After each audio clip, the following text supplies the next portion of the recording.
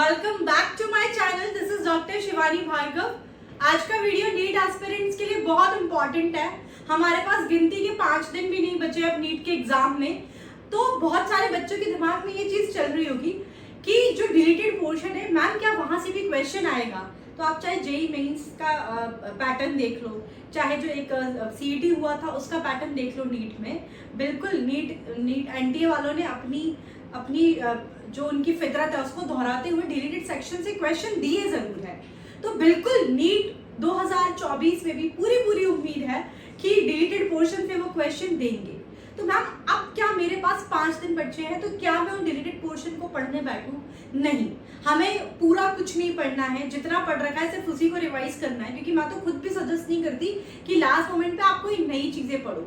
लेकिन जो deleted section है जहां से रिपीटेड फ्रीक्वेंसी से नीट में क्वेश्चन आता था, अगर 10 से 15 मिनट के इस वीडियो में वो सारा का सारा हम रिवाइज कर सकते हैं, तो 10 से 15 मिनट हम नीट में अगर क्वेश्चन आने की संभावना है इस सेक्शन से तो बिल्कुल निकाल सकते हैं। तो चलिए फटाफट डिलीटेड सेक्शन के क्वेश्चंस देखते हैं। तो सबसे पहले इकोलॉजी के अंदर मैं बात करूं, इकोलॉजी में बेटा आपका organism and population ecosystem chapter से कुछ चीजें डिलीट की है, जैसे कि अडेप्टेशंस डिलीट कर दी है, ठीक है, और एनवायरमेंटल इशू पूरा चैप्टर डिलीट कर दिया है।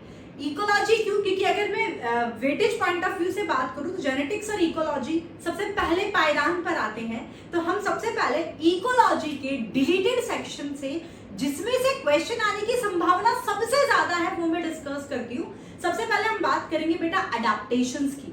अडेप्टेशन टॉपिक में एक कंगारू रैट का अडेप्टेशन दिख रखा है जो ऑलमोस्ट रिपीटेड फ्रीक्वेंसी से नीट का फेवरेट क्वेश्चन भी रहा है। तो चलो सबसे पहले कंगारू रैट के बारे में हम पढ़ लेते हैं। कंगारू रैट बच्चों नॉर्थ अमेरिकन डेजर्ट, पहला कीवर्ड नॉर्थ अमेरिकन डेजर्ट में पाया जाता है। इनके अंदर क्या अडेप्टेशन प्रेजेंट होती है, इसे अपनी बॉडी की वाटर रिक्वायरमेंट को फुलफिल करने के लिए बाहर से पानी पीने की आवश्यकता ही नहीं होती। ये बिना पानी पिए अपना जीवन व्यापन कर सकता है। ऐसा कैसे होता है? ऐसा ऐसे होता है बेटा क्योंकि हमारी बॉडी के अंदर जो इंटरनल फैट ऑक्सीडेशन होता है, इंटरनल फैट ऑक्सीडेशन से water as a by product release होता है। तो ये कंगारू रैट इस वाटर जो as a by product release हो रहा है इसी को इस्तेमाल करता है अपनी पूरी वाटर रिक्वायरमेंट को पूरा करने के लिए। दूसरी चीज, अब हम वाटर का लॉस कैसे होता है, हम यूरिन पास आउट करते हैं तो उससे बॉडी से वाटर का लॉस होता है। तो कंगारू रैट के अंदर एक और अडेप्टेशन ये होती है कि वो बहुत ही थिक और कॉन्सेंट्रेटेड यूरिन को पास आउट करता है जिससे कि वो मिनिमम वाटर लॉस करे। तो ये एक अडेप्टेशन है कंगारू रैट की जो कि नॉर्थ अमेरिकन डेजर्ट में पाया जाता है। दूसरा अडेप्टेशन बड़ा ही रिपीटेड फ्रीक्वेंसी से क्वेश्चन आता है एल्टीट्यूड सिकनेस के ऊपर, ठीक है। ये आपको पता होगा एल्टीट्यूड सिकनेस, अगर कोई इंसान प्लेन से माउंटेन्स पर मूव कर रहा है तो बॉडी को जितनी ऑक्सीजन की रिक्वायरमेंट है उतना फुलफिल नहीं होता है। तो क्या क्या सिम्टम्स आपको दिखने को मिलेंगे?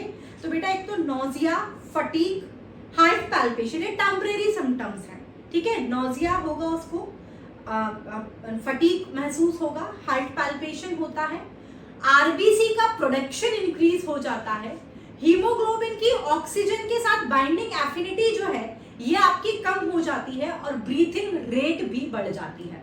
तो 6 सिम्टम्स याद रखने हैं, नोजिया, फटीग, हार्ट पैल्पेशन, आपका आरबीसी का प्रोडक्शन बढ़ गया है, binding affinity of haemoglobin with oxygen कम हो गई है और ब्रीथिंग रेट भी बढ़ गई है।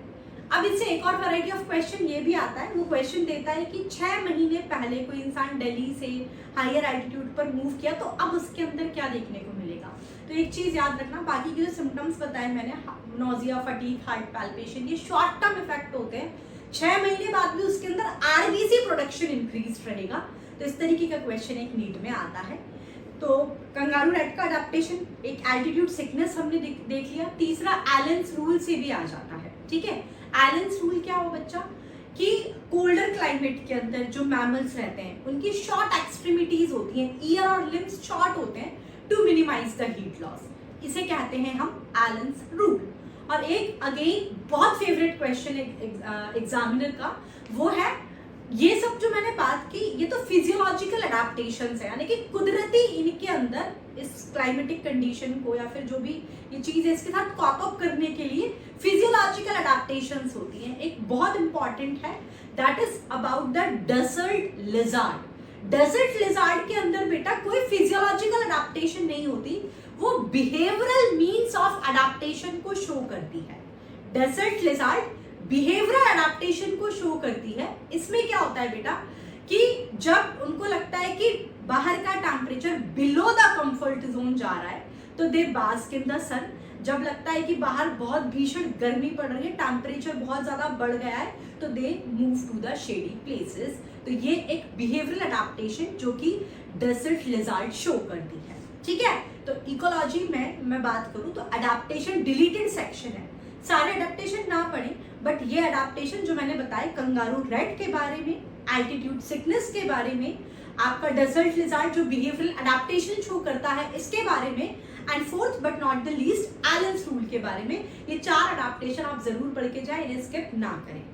दूसरा, अब यहीं से मैं इकोलॉजी से ही बात करूं तो एनवायरमेंटल इशू जो चैप्टर है बेटा वो पूरा डिलीटेड है, बहुत ज्यादा नहीं, लेकिन चलो 5 मिनट में एनवायरमेंटल इशू से अधिकतर क्वेश्चन जो आते हैं और वो भी लेकिन डिलीटेड पोर्शन में है, तो नीट 2024 में पूरी आने की संभावना है। चलिए फटाफट से रिवाइज कर लेते हैं। सबसे पहले आपने देखा होगा ग्रीन हाउस गैसेस, जो ग्लोबल वार्मिंग में जो रोल है ना, ग्रीन हाउस गैसेस और इनका कॉन्ट्रीब्यूशन कितना है ये आपको याद होना चाहिए। तो ग्रीन हाउस गैसेस कौन कौन सी है? Carbon dioxide which is 60%, methane which is 20%, chlorofluorocarbon which is 14%, and nitrous oxide which is 6%। तो ये ग्रीन हाउस गैसेस और इनका कॉन्ट्रीब्यूशन आपको याद रखना है। मैं अगेन रिपीट कर रही हूँ, carbon dioxide 60%, methane 20%, chlorofluorocarbon 14%, and nitrous oxide it is 6%। Next, environmental issue से मैं बात करूं तो एक क्योटो प्रोटोकॉल और एक मॉनिट्रॉल प्रोटोकॉल बहुत इंपॉर्टेंट है, ये भी यहाँ से कई बार क्वेश्चन आता है। तो मैं आपको एक ट्रिक भी बता देती हूँ, देखो इनमें से आपको ऐसे याद रखना, क्योटो प्रोटोकॉल और मॉनिट्रॉल प्रोटोकॉल की बात करूँ तो एक तो ग्रीन हाउस गैसेस के एमिशन को कम करें हम, ठीक है, ग्लोबल वार्मिंग से बचने के लिए ग्रीन हाउस गैसेस के एमिशन को कम करने के लिए साइन किया गया ट्रीटी है। और दूसरा जो है ये स्ट्रेटोस्फीयर में जो हमारी ओजोन की जो लेयर है ना, जो हमें हार्मफुल यूवी रेज से प्रोटेक्शन देती है, तो ओजोन डिप्लीटिंग सब्सटेंस के एमिशन को कम करने के लिए ओजोन के प्रोटेक्शन के लिए साइन किया गया है। अब कंफ्यूजन ये होता है मैम ग्रीन हाउस गैसेस के एमिशन को कम करने के लिए कौन सी है और ओजोन डिप्लीटिंग सब्सटेंस के एमिशन को कंट्रोल करने के लिए कौन सी ट्रीटी साइन की गई। तो मैं एक ट्रिक बता देती हूँ इसे याद करने की। आप सब नीट की प्रिपरेशन कर रहे हैं, यानी कि फ्यूचर में डॉक्टर बनने का सपना देख रहे हैं, इसीलिए आप नीट का एग्जाम दे रहे हैं, तो आप लोग को ये पता होगा शायद कि आफ्टर कंप्लीटिंग योर एमबीबीएस उसके बाद जो गवर्नमेंट डॉक्टर्स होते हैं उनकी पोस्ट का नाम है एमओ, जिसे अपन कहते हैं मेडिकल ऑफिसर। तो मॉनिट्रॉल प्रोटोकॉल एमओ याद रखना, M for the Montreal protocol और O for ozone depleting substance के कंट्रोल के लिए। अब जो बच गया वो ग्रीन हाउस गैसेस के कंट्रोल के लिए है, यानी कि क्योटो प्रोटोकॉल जो है वो ग्रीन हाउस गैसेस को रिड्यूस करने के लिए ट्रीटी जो साइन की गई थी। तो ये एनवायरमेंटल इशू से एक और टॉपिक है यूट्रॉफिकेशन, नहीं यूट्रॉफिकेशन ठीक है आप देखो तो देख लेना, नहीं तो बायोमैग्निफिकेशन, छोटू सा टॉपिक है लेकिन यहाँ से काफी सारे क्वेश्चन आ जाते हैं। तो चलिए फटाफट से बायोमैग्निफिकेशन हम डिस्कस कर लेते हैं। बायोमैग्निफिकेशन क्या होता है बेटा? बहुत सारे कुछ पॉल्यूटेंट्स, कुछ नॉन बायोडिग्रेडेबल पॉल्यूटेंट है, फॉर एग्जांपल डीडीटी। इसमें क्या होता है, ये एक बार ऑर्गेनिज्म की बॉडी में अगर एंटर किया तो ना फर्दर ये एक्सक्रीट आउट होता है, ये बॉडी से एक्सक्रीट आउट भी नहीं होता, इसका मेटाबोलाइजेशन भी नहीं होता। जैसे जैसे ट्रॉफिक लेवल बढ़ता रहता है इसका कॉन्सेंट्रेशन भी इंक्रीज होता रहता है, इसीलिए इसको कहते हैं बायो मैग्निफिकेशन, की बढ़ रहा है, बायोलॉजिकली मैग्नीफाई ही होता जा रहा है। तो क्या होता है बायो मैग्निफिकेशन? दोबारा से सुन लीजिए, कुछ पॉल्यूटेंट फॉर एग्जांपल डीडीटी एक बार अगर आपकी बॉडी में ये एंटर हो गया तो ये आपके फैट टिश्यू में, एडिपोज टिश्यू में जाके एक्यूमुलेट हो जाता है, ना फर्दर ब्रेक डाउन होता है, ना मेटाबोलाइज होता है। जैसे जैसे ट्रॉफिक लेवल बढ़ता है इनका कॉन्सेंट्रेशन भी बढ़ता ही चला जाता है, जिसका एक एग्जांपल एक पूरा चेन फॉर्मेट में दे रखा है। जैसे वाटर के अंदर होगा, वाटर के अंदर आया ये certain biodegradable, non biodegradable pollutant, for example DDT. अब वाटर में जू प्लैंक्टन्स है, ठीक है, तो जू प्लैंक्टन्स में इनका कॉन्सेंट्रेशन बढ़ गया। जू प्लैंक्टन्स को स्मॉल फिशेस खा रही है तो स्मॉल फिशेस में इनका कॉन्सेंट्रेशन और बढ़ गया।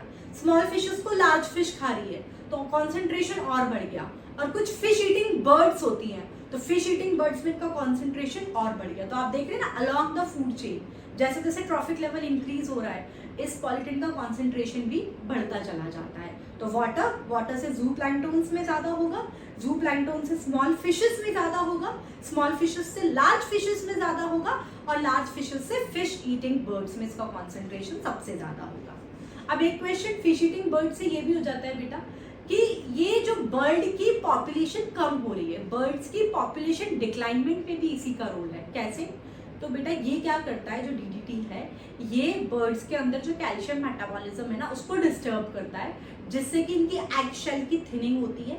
इससे क्या होता है, जो इनके एग्स होते हैं बर्ड्स के, वो प्रीमेच्योर ब्रेकडाउन हो जाता है। तो इस तरीके से ये बर्ड की पॉपुलेशन को कम करने में भी इसका रोल है। ठीक है बच्चों, आई होप आपको समझ में आएगा। तो ये इकोलॉजी के कुछ सेक्शन थे। अब इसके बाद मैं बात करूं, ये तो इकोलॉजी वाला पूरा सेक्शन हमने देख लिया। लिविंग वर्ल्ड से जो टैक्सोनॉमिकल एड्स हैं उसमें हर्बेरियम शीट के बारे में है, आपका की के बारे में दे रखा है, मोनोलॉग दे रखे हैं, है ना। आपके एनसीईआरटी में छोटू सा एक पैराग्राफ है टैक्सोनॉमिकल एड्स करके, वो हालांकि डिलीटेड सेक्शन में गया, but I will not suggest you कि आप उनको छोड़ दें because it is very important. 5 minute लगेंगे लेकिन एक बार रिवाइज करके 2024 के पेपर के पहले चले जाइएगा। So I hope you like the video. अगर वीडियो अच्छा लगा है तो प्लीज़ वीडियो को लाइक कर दीजिएगा, चैनल को सब्सक्राइब कर दीजिएगा, और 2025 के लिए न्यू बैच अनाउंसमेंट बहुत जल्द 1-2 दिन में आने वाला है। So stay tuned. Thank you, bye bye.